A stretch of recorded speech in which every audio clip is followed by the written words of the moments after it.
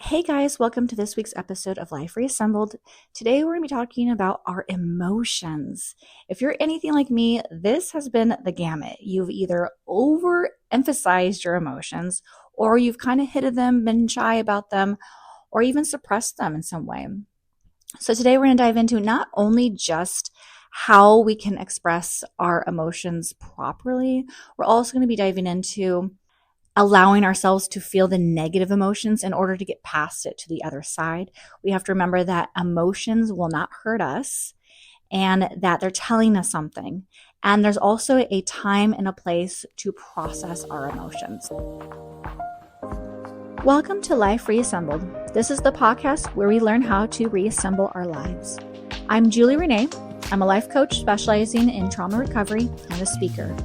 Together, we're going to be exploring what it really means to reassemble our lives on the rock after we've spent our entire lives piecing it together on sand.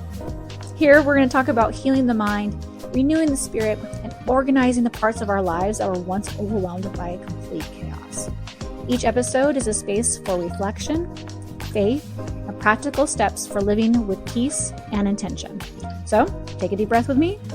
Settle in with some warm coffee, and let's begin reassembling our lives, piece by piece, together.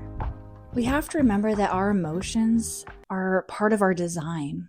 God gave us emotions. We are allowed to feel. We have every right to feel what we feel. Even if it's not the right timing to feel it, there's a reason why our body is going through what it's going through. Now, what we do with that emotion is what really matters more than anything else that we do. So a good, simple example is anger. It is not bad to become angry. The Bible tells us not to sin in our anger. It never tells us not to be angry. Now, God was angry, and God has every right to do what he wants to do with his anger because it's righteous, and he knows what to do with it properly without there being any negative consequences afterwards.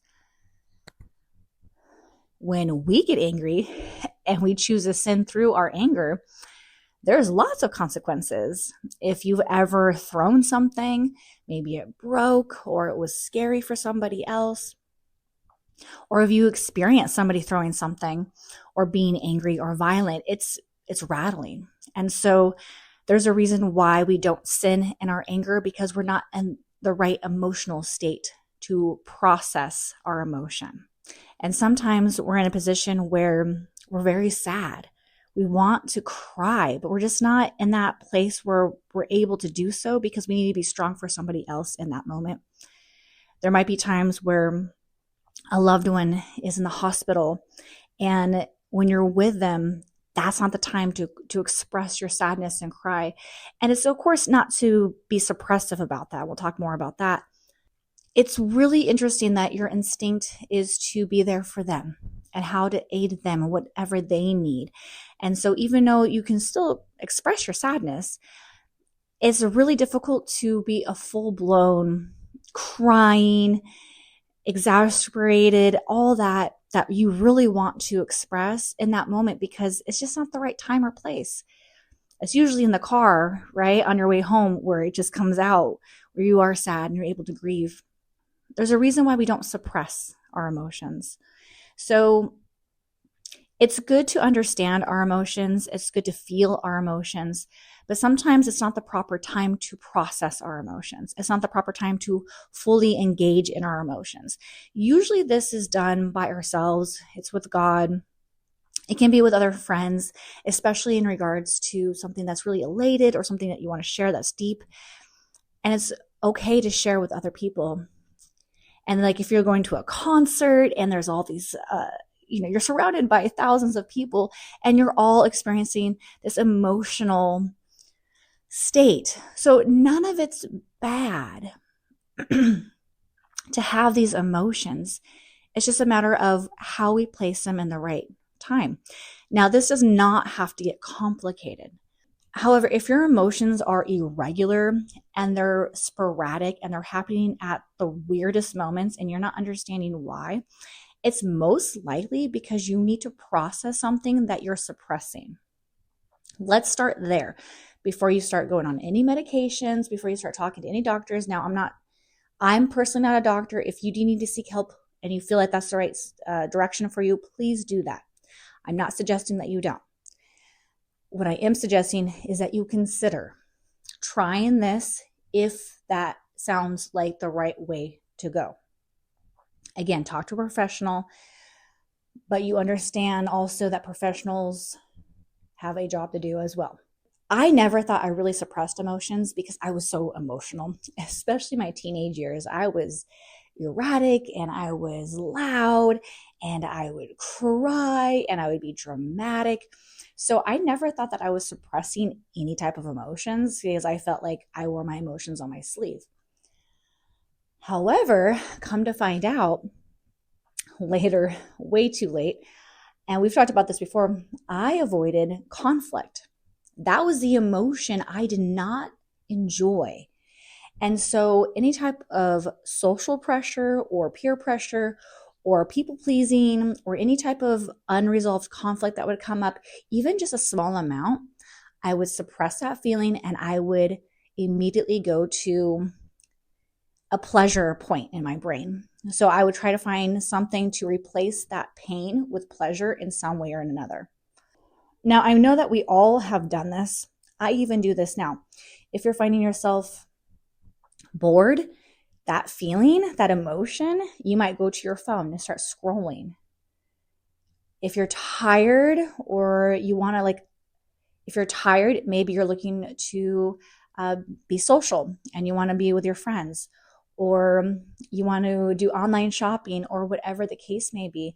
So sometimes suppressing our emotions is not only just annoying or difficult, it can also be destructive. It can get us into really bad habits.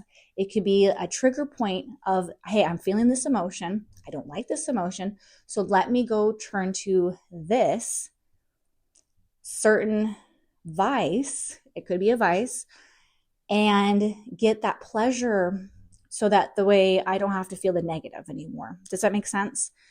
We have to make sure that we're acknowledging our feelings. It's always the first step with anything else. Like AA, you guys are on it because it's so true. But this applies to everything, being aware of it. And then the Bible tells us that we have power in our tongues. If you think about it, when God spoke, it was. Let there be, and then it was. And then he looked at it and he saw that it was good, and then he rested. There is a system and an order to how we do these things, and we are created in his image. So if we have a feeling, we have an emotion, and we recognize what it is, and sit with it for a second, especially if it's like a negative emotion, something that we're uncomfortable with, this is going to help expand your capacity to handle harder things in life. And if you're going to be working with me, we handle hard things. My implementation program is about stepping into your future self. And with that, you're going to be going through hard things. You're going to process hard information. I'm never going to ask you guys to do anything that is physically or mentally harming to you. Of course not. But we have to acknowledge that our brains are with our bodies. And even if we're experiencing something that's uncomfortable, as long as we're in a physically safe place, it's okay to process.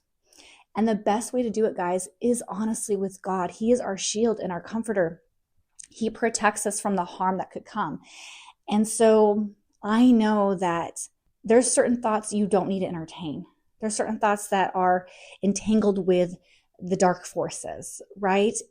But there are thoughts that are just ours that we want to just process and figure out and organize just how we need to be able to think. And so we'll talk about that in a minute in regards to the thoughts and how to organize that to help with our emotions. But I want to get back to the suppressing real quick. Now, we talked about not sinning in your anger. And it's okay to be angry, but we have to realize that we have to recognize that, hey, we are angry. We do not like this. We feel threatened. We feel possibly offended. We feel taken advantage of. There's different things that are going in that process, especially when it comes to anger. And that's usually the one we have to tackle the most because that could be the most damaging to other people. So that's why I'm tackling anger first. And if you're coming out of an abusive relationship, you understand fully what anger looks like. You've seen the full wrath of it. And please don't get hard on yourself if you're experiencing similar anger issues, because the only thing you've seen is how to process anger the way they did. And so you might inadvertently start copying how they processed anger, even though you don't want to do that. It's what your environment was. If you grew up with an alcoholic father and you understood how horrible that was, you might end up being an alcoholic yourself. It's really interesting how our brains go for the familiarity, even if it's not good for us. And it's hard to recognize it while you're going through it. So we have to be prepared. And I'm all about being organized and prepared ahead of time. This is how we reassemble our emotions, guys.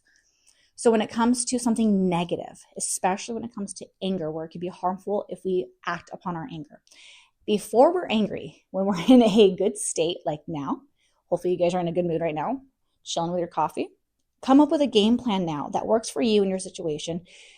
And think about what triggers you guys the most. What is the thing that will set you off in a second? What gets you the most angry? Think about it. Now, that event is not happening in this moment, so you can kind of play it out a little bit in a safe place.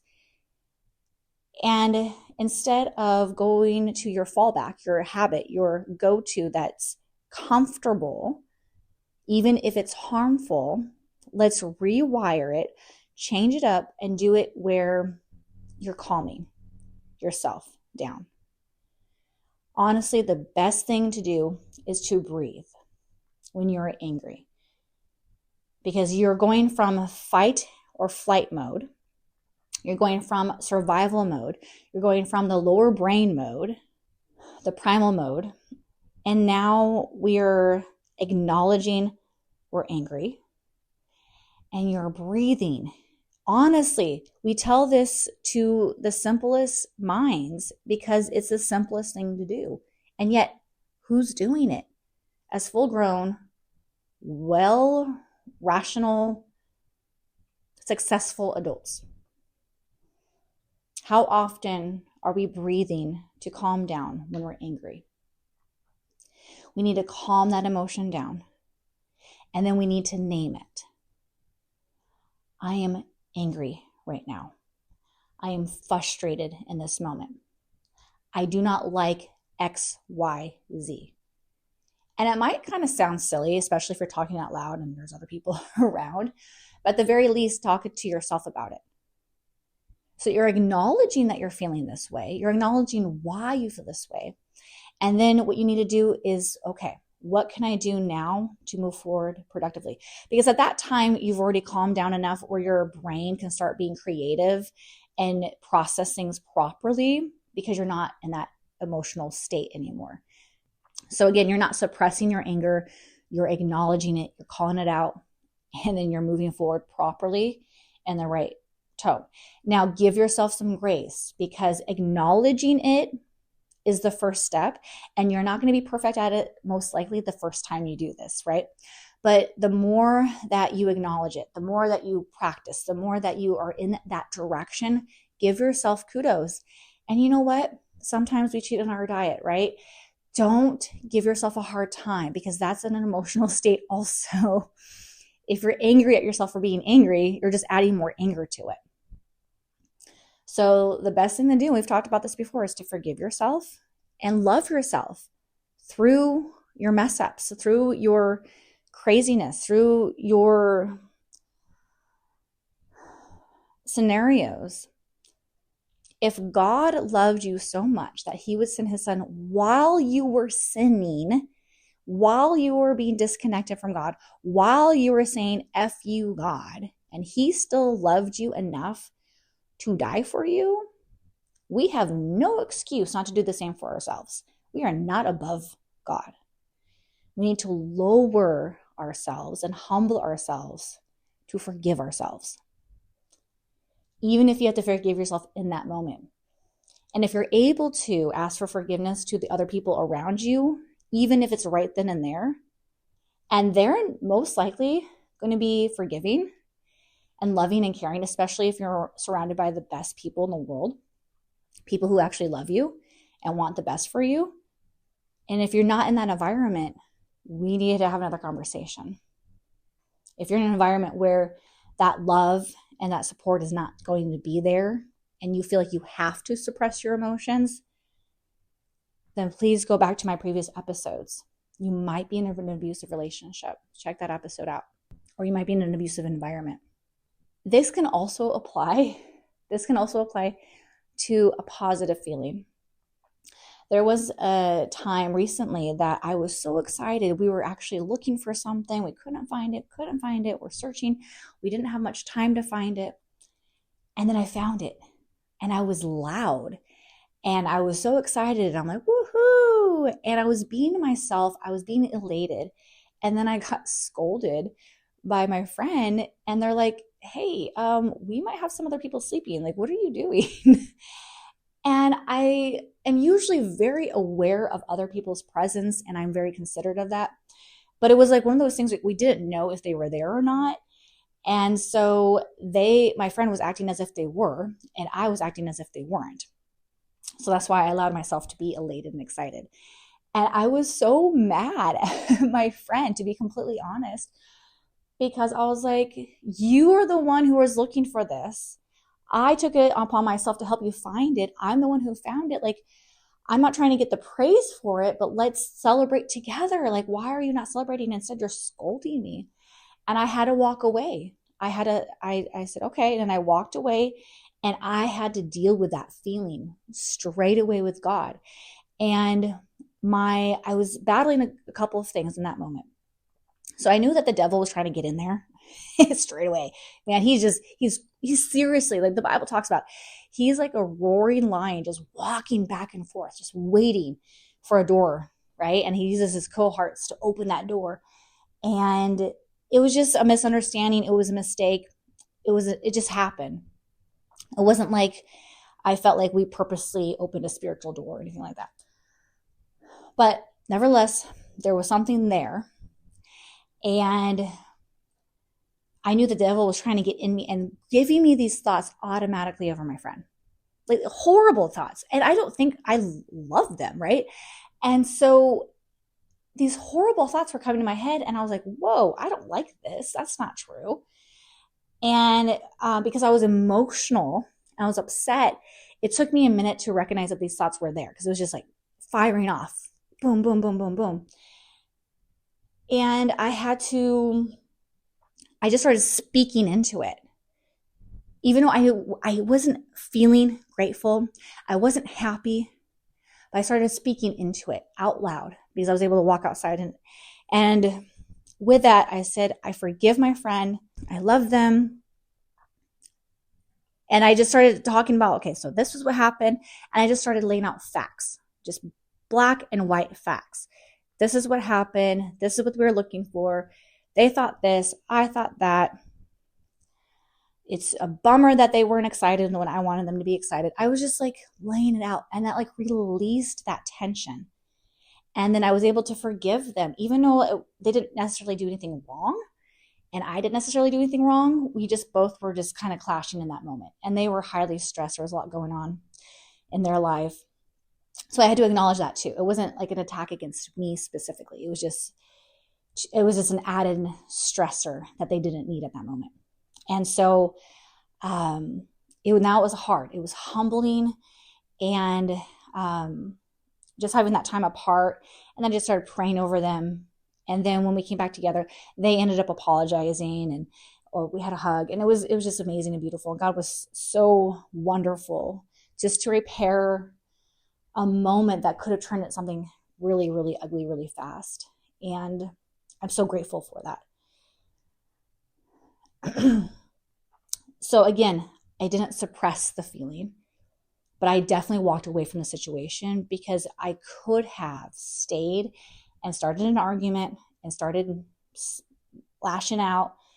That was an option, obviously, that I had the free will to do that. But I didn't want to be that person. That's not who I am. And so I'm not going to practice those things. But I was still acknowledging that I did not feel good in that moment. I did not like that at all. I didn't like the feeling.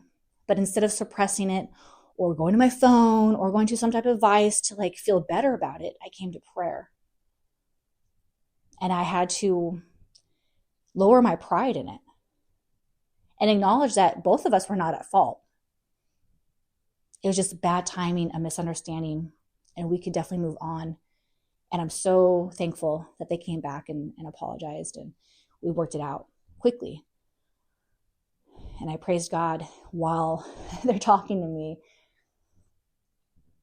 So I give you these examples on purpose because I want you to understand the full reality of how processing emotions is properly. Now, in that instance, the last one, I had to do it straight away because I did not want to have anger build up inside of me. And there's other situations where you might have to wait a minute to be able to actually process it properly. There's conversations I've had with people where I'm not agreeing with them, but it makes me kind of sick to my stomach. Like, I don't like this, but I don't really know what to say. I don't know how to respond. I need to go in prayer with it. So we finished the conversation, and it might be a couple of days before I talk to them again. And that's good because it gives me time to reflect, to give it to God, and just to talk it out loud. And so I'm constantly talking out loud to God about my emotions. And this is not new. We learned this from David, who had the heart of God. And he was so expressive of his emotions, and yet he did not allow his emotions to overtake him. Here he is running for his life for years from somebody trying to kill him. The king, his father-in-law, this man that he respected and loved and cared for was trying to kill him. And David had an opportunity to kill him. There was an opportunity, and he had to make the decision. And he did not kill the king because he was anointed by God. And David respected and loved God more than he wanted to stop being chased. David was an emotional man, and he's out dancing, getting in trouble by his wife because he loves the Lord so much. He's singing praises to God all the time. Like half of the Psalms is just songs, him singing, praising God. He was emotional. And in Psalms 42, he's acknowledging his emotions and he's giving it to God. Starting in verse 5, chapter 42 of Psalms. Why are you downcast, my soul? And why are you in turmoil within me? Hope in God, for I shall again praise him, my salvation and my God. My soul is cast down within me, therefore I remember you. From the land of Jordan and Hermon, from Mount Mizar, deep calls to deep at the roar of your waterfalls. All of your breakers and your waves have gone over me. By day the Lord commands his steadfast love, and at night his song is within me, a prayer to the God of my life. I say to God, my rock, why have you forgotten me? Why do I go mourning because of the oppression of the enemy? As with a deadly wound to my bones, my adversaries taunt me, while they say to me all day long, where is your God? Why are you so downcast, my soul? And why are you in turmoil within me? Hope in God, for I shall again praise him, my salvation and my God. David acknowledged where his heart was. He acknowledged reality. But he reminded himself to trust in God, to hope in him. We'll praise him again. And in so he's actually praising God then and there, even though he's not feeling it. He's sad at this time. Maybe he's tired. He's hungry. And so he's acknowledging his feelings and giving it to God and reminding himself, like, this is temporary. We will praise God again. We will be happy again. We will be able to be joyful again. And later on, he was. And he was crowned king. He didn't have to worry about Saul chasing him anymore. Then he had to worry about other guys. There was other issues. But that's how life is, right, guys? We can't ignore our feelings and expect the problem to go away. We have to understand that our emotions themselves will not hurt us. And the more that you speak out and you acknowledge, hey, I don't like this. I'm uncomfortable. Could you imagine? I suppressed so much emotion, guys, that was uncomfortable. I don't want to be here, but I didn't say anything. I don't want my ex in my car. I don't want him here. Why is he here? I'm allowed to have these feelings and emotions and express them. And do it properly, guys. Don't be mean about it. I know that's like the hard for me. I'm extreme. I'm either like really loud or really quiet. And so this season of my life, and I'm talking about since I left my ex for the last couple of years, this season I'm really learning that middle ground. When to be loud, when to be quiet, and really tuning into that discernment. I don't get it right all the time, but I'm more aware of my emotions and I'm more okay with them. And I'm thankful for them because they're telling me there's something wrong or there's something that I love. I'm listening to my emotions better. But I'm not acting them out if I don't need to in that moment. You may be aroused. That's an emotion. It might not be the right time to express that arousal. You guys understand? There's a time and a place, and it needs to be done properly, and it needs to be done in the right environment. If you guys are interested in learning more about this, check out the programs, links in the description below. In these programs, we really dive in deeper into getting out where you are, where you want to be, and really just laying out the truth. And this is just between you and God, if you acknowledge it, at the very least with you. And something about putting things in writing, something about having the right questions asked, something about having a guided direction where you're still in control. You're always going to be in control of where you decide to go with that.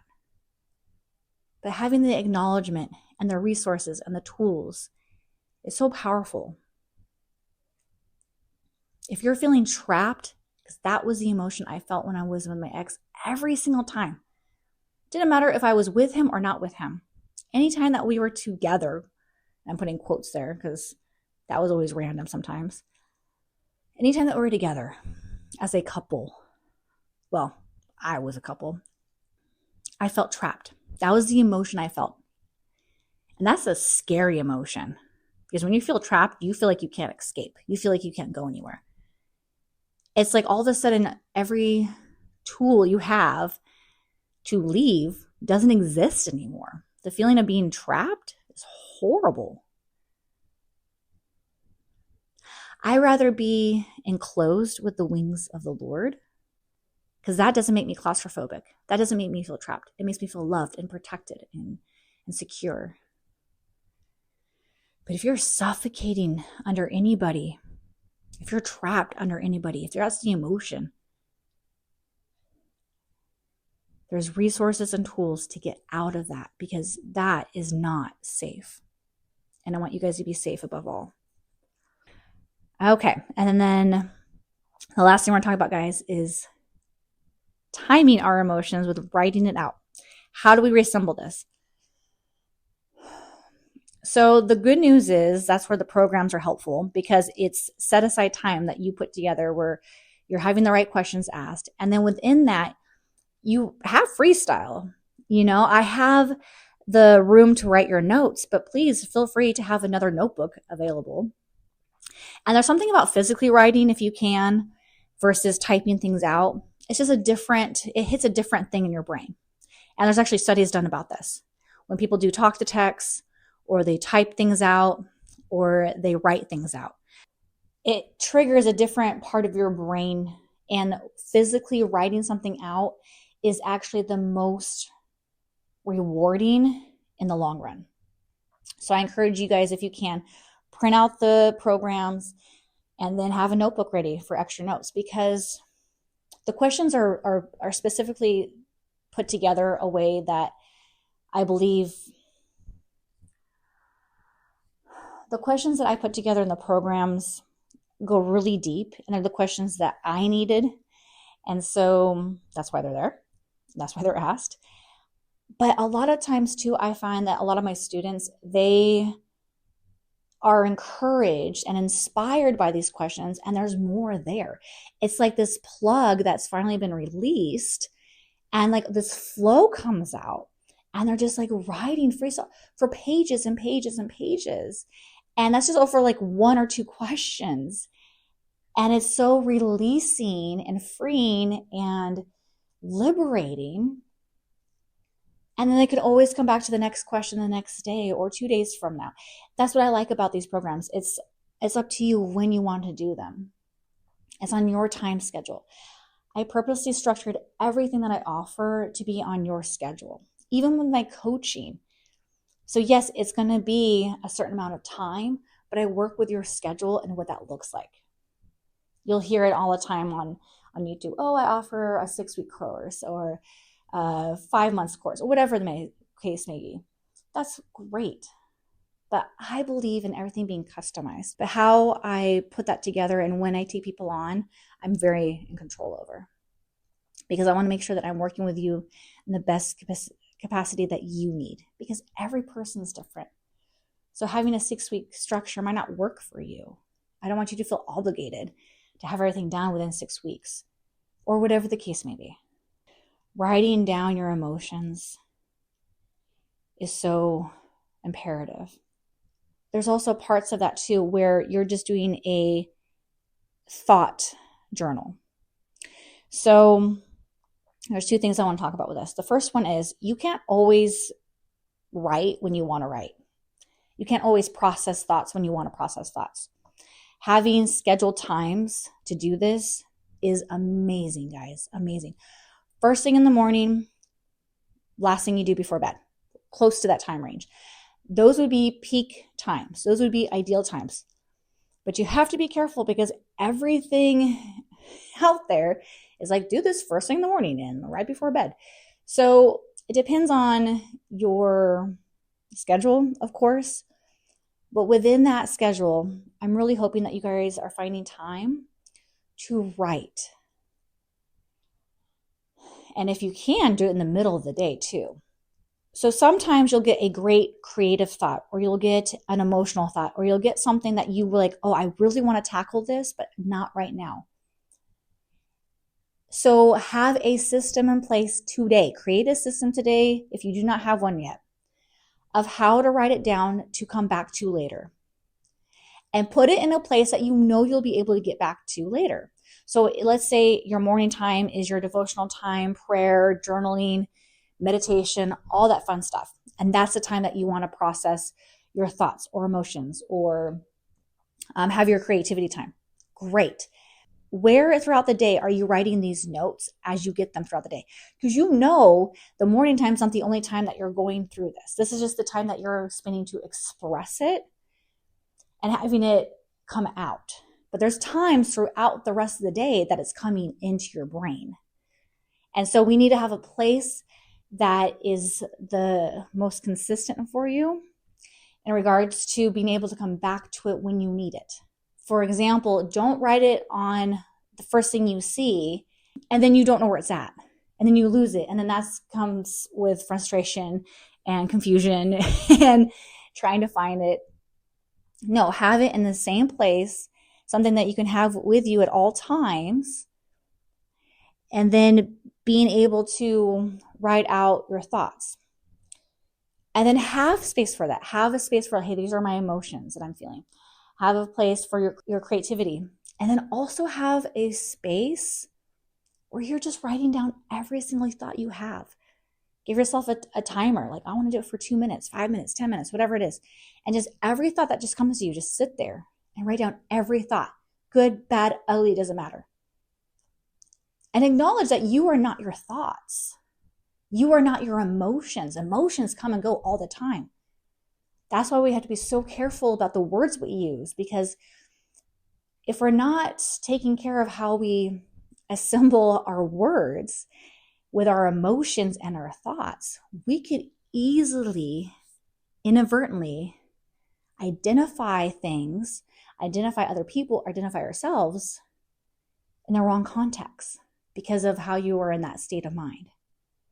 There's a difference between consistency, compounding, personality traits, characteristics, versus a temporary emotional state. Does that make sense, guys? I want to make sure that we're reassembling our emotions properly and in a healthy way. And by doing so, you guys will be able to move forward with so much more integrity, with so much more power. And let me know how it goes, guys. If this is all new to you, tell me. Oh my gosh, this week I was acknowledging this feeling and this emotion, and it changed everything because I didn't react in it. I didn't go straight to my phone. I didn't go straight to the fridge. You guys want to start tackling your habits and you want to start tackling your goals. This is the direction to go. It might seem minor, but you don't realize how much time and money and energy is wasted when we go to our emotional grab bag. I'm feeling this negative emotion. I don't want to feel this negative emotion, because our brains are wired to what? They want familiarity. They want dopamine hits. Our brains want our bodies to be happy at all times. And so we can't always provide that for our brains or our environments. Finding contentment is very difficult, but it's available. We can decide to be content without compromising. Stay connected with us on our Facebook community. Reach out to me personally on Instagram DM, and I would love to chat with you guys. All the descriptions below. Make it easy. And I will talk to you guys next week. Love you. Thank you for joining us for today's conversation on Life Reassembled. If this episode spoke to you, share it with someone who is also rebuilding their life, because none of us are meant to do this alone. To keep growing with us, join us on the Life Reassembled Facebook community. Check out our free identity blueprint on our website, or learn more about our coaching and upcoming courses at reassembledlife.com. That's re-assembledlife.com. You can also connect with me on Instagram at Life Reassembled for daily encouragement and resources. Remember that healing doesn't happen overnight, but every small step forward is part of reassembling your life.